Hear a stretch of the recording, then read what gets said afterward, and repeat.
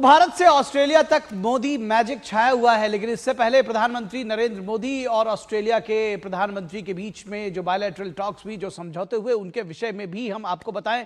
बेहद महत्वपूर्ण रहे समझौते। हम आपको बताते हैं भारत और ऑस्ट्रेलिया के बीच 18 अहम परिणाम हुए हैं, जिस पर रणनीतिक साझेदारी को नई मजबूती मिली है। इस पूरे समझौतों के बीच में सबसे बड़ा टेक अवे अगर हम कहें तो यह भी एक बड़ा टेक अवे है। रणनीतिक साझेदारी को एक नई मजबूती मिली है। इसके साथ ही साथ रक्षा, ऊर्जा और समुद्री सुरक्षा पर एक बड़ा विशेष फोकस रहा है। रक्षा, ऊर्जा और समुद्री सुरक्षा को लेकर के दोनों देशों के बीच में विशेष फोकस है। तकनीक, शिक्षा और नवाचार में बड़ा विस्तार देने की बात कही गई है और इसको लेकर के समझौता हुआ है। इसके बाद रक्षा और समुद्री सुरक्षा की अगर हम बात करें, क्योंकि एक बड़ा फोकस रहा है डिफेंस और मैरीटाइम सिक्योरिटी, रक्षा और सुरक्षा सहयोग पर संयुक्त घोषणा की है। दोनों देशों ने मिलकर 7 कदम ताल करने की बात कही है।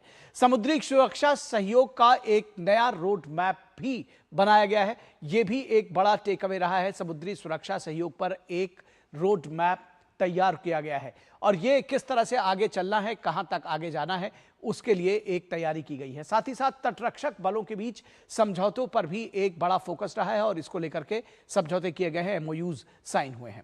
इसके बाद अगर ऊर्जा और परमाणु सहयोग की बात करें तो यह एक बहुत विशेष विषय रहा है। दोनों देशों के बीच में ऊर्जा सुरक्षा पर संयुक्त वक्तव्य जारी किया गया है और एक साथ मिलकर काम करने की बात कही गई है।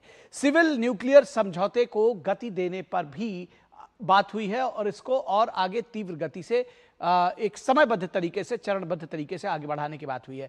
स्वच्छ एवं हरित ऊर्जा पर सहयोग करने की बात कही है। क्लीन एनर्जी की बात दोनों देशों के बीच हमेशा होती रही है। प्रधानमंत्री मोदी का यह फोकस रहा है और उसको आगे बढ़ाने की बात हुई है।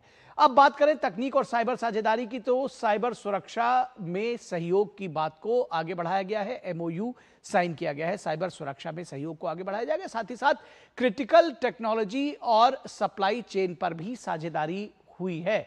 तो सप्लाई चेन की बात बार बार कही जा रही थी, क्रिटिकल टेक्नोलॉजी को भी शेयर करेंगे। और भारत, ऑस्ट्रेलिया, कनाडा टेक्नोलॉजी सहयोग, ये एक अपने आप में बड़ा विषय रहा है, जिस पर दोनों देशों के, तीनों देशों के बीच में दरअसल एक समझौता हुआ है।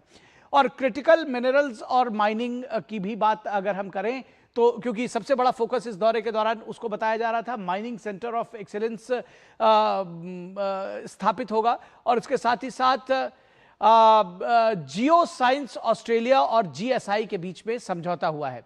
खनिज और खपत का जो खनिज और खपत है, खनन है दरअसल, वो तकनीक में सहयोग को भी आगे बढ़ाने की बात कही गई है। फ्लिंडर्स यूनिवर्सिटी का बेंगलुरु दौरा, शिक्षा और कौशल विकास की अगर हम बात करेंगे तो ये एक समझौते का अहम पहलू है। विक्टोरिया यूनिवर्सिटी को स्वीकृति मिली है शिक्षा और कौशल विकास के क्षेत्र में, जब हम शिक्षा के बीच में सहयोग की बात करते हैं।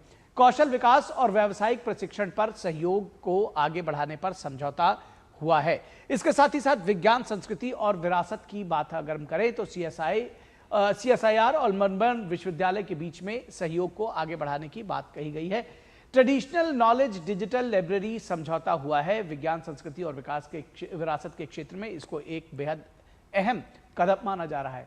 भारतीय पुरावशेषों की स्वदेश वापसी, ये एक बड़ा प्रधानमंत्री मोदी जी के बहुत हृदय के करीब है ये विषय, उसको भी इसमें शामिल किया गया है। नई दिशा और नई गति अगर हम कहें कि किस तरह से इस पूरे, अगर हम दौरे को समेटने की कोशिश करें दरअसल बातचीत के विषय में, तो ऊर्जा और परमाणु सहयोग एक बड़ा विषय रहा है। साथ ही साथ रक्षा और सुरक्षा तो रहा ही है।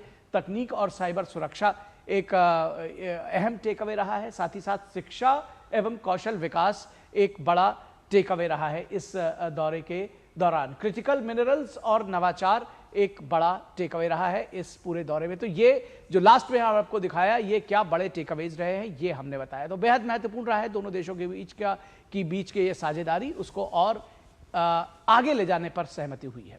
यहां रुकेंगे एक छोटे से ब्रेक के लिए, कहीं मत जाइएगा, जल्द हाजिर होंगे।